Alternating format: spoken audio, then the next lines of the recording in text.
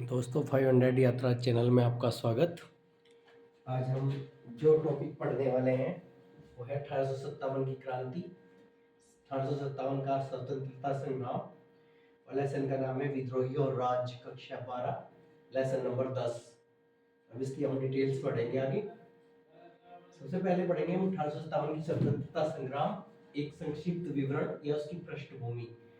यदि बात करें पृष्ठभूमि की तो 1857 की स्वतंत्रता संग्राम या जो 1857 का विद्रोह भी कहा जाता है या सिपाही विद्रोह भी कहा जाता है, इसे भारत का प्रथम स्वतंत्रता संग्राम भी कहा जाता है।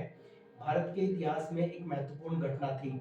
इसे भारत का पहला स्वतंत्रता संग्राम भी कहा जाता है। इसकी पृष्ठभूमि की बात करेंगे तो British east India company Bharat पर धीरे धीरे नियंत्रण कर रही थी।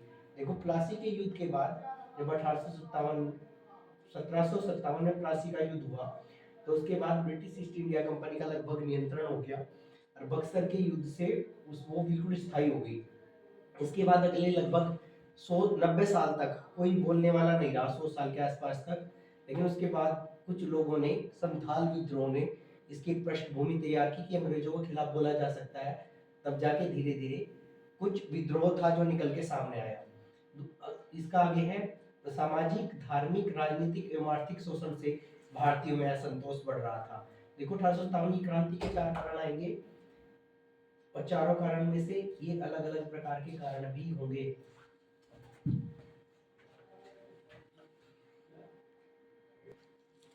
देखो, भारतीय सैनिकों और सिपाहियों के साथ भी लगातार भेदभाव होता था। इसके बारे में अलग अलग चर्चा करेंगे। और कंपनी की जो नीतियां थी, जैसे डॉक्ट्रिन ऑफ लैप्स, यानी या इसके बारे में डिटेल में पढ़ेंगे। जब किसी को कोई पुत्र नहीं होगा तो वो गोद नहीं ले सकता बिना कंपनी की अनुमति के। इससे भी दिक्कतें आएंगी। ने भारतीय रियासतों को नाराज कर दिया। इससे भारतीय रियासतें बहुत सारी नाराज थी। इससे धीरे धीरे एक पृष्ठभूमि तैयार हुई कि 1857 का विद्रोह होगा। देखो, पहले विद्रोह के कारण, विद्रोह के 4 कारण थे, चारों की अलग अलग चर्चा कर लेते हैं शॉर्ट में, उसके बाद डिटेल में बाद में पढ़ेंगे।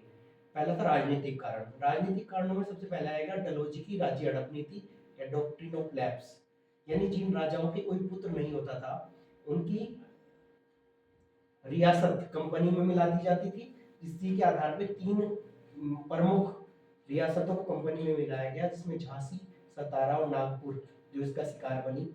दूसरा, मुगल बादशाह बहादुर शाह जफर को लगातार अपमानित किया जा रहा था। भले ही नाम मात्र का शासक हो, लेकिन भारतीय शासक उस समय भी थे। दूसरा है आर्थिक कारण। आर्थिक कारण में भारी करों का बोझ था। खेती पे बहुत ज्यादा बोझ लगाए, कर लगाए जा रहे थे, बुरा राजस्व बहुत ज्यादा हो गया था। कारीगरों का शोषण किया जा रहा था। अंग्रेज ज्यादातर फ्री में पकड़ के काम करा लेते थे। व्यापारियों में भी का भी शोषण किया जा रहा था और ब्रिटिश का व्यापार पे पूरा एकाधिकार हो गया था। वो छोटे मोटे व्यापारी, हथकरघे उद्योग सब समाप्त हो गए थे।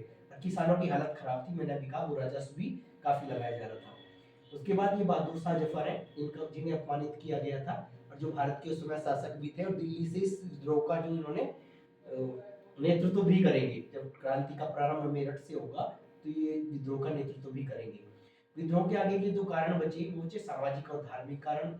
देखो, समाज में हस्तक्षेप बहुत ज्यादा हो गया था। ईसाई मिशनरियां थी, ईसाई थे जो लोग बाहर से आए हुए थे, ईस्ट इंडिया कंपनी के लोग, और इसमें ये हस्तक्षेप कर रहे थे भारत के धार्मिक मामलों में। जैसे भारतीय समाज में ब्रिटिश सुधार किए, सती प्रथा पे रोक किया, विधवा विवाह का प्रारंभ कर दिया। इस भारतीयों को लगा कि हमारे धार्मिक मामले में हस्तक्षेप है, ये भी उन्हें डर सता रहा था कि हमें धीरे धीरे ईसाई ना बना दे। दूसरा, ईसाई मिशनरियां भारत में धर्म परिवर्तन करा रही थी और धीरे धीरे बाइबल बांटी जा रही थी। इससे भी बहुत सारा विद्रोह होगा और धार्मिक कारण बनेगा ये भी। उसके बाद है सैन्य कारण। इन्हें डिटेल में बाद में पढ़ेंगे, पहले मुख्य मुख्य चीजें पढ़ लेते हैं। भारतीय सिपाहियों को अंग्रेज सैनिकों की तुलना में कम वेतन मिलता था और उन्हें कम पद तक सीमित कर दिया गया था। बड़े पद पे उन्हें जाने की अनुमति नहीं थी। दूसरा, जो आगे में घी का काम करेगी वो है इनफील्ड राइफल, जिसके कारतूसों को जो है गाय व सुअर की चर्बी लगी होती थी और हिंदू और मुसलमान दोनों के लिए अपमानजनक था। एक हिंदुओं के लिए पवित्र है, दूसरा मुस्लिमों के लिए अपवित्र है। ये इनफील्ड राइफल थी। ये उसके कारतूस है जो तुम लोगों को दिखाई दे रहे होंगे। इसे और ये कैसे कैसे कार्य करते थे, ये उसका थोड़ा सा है।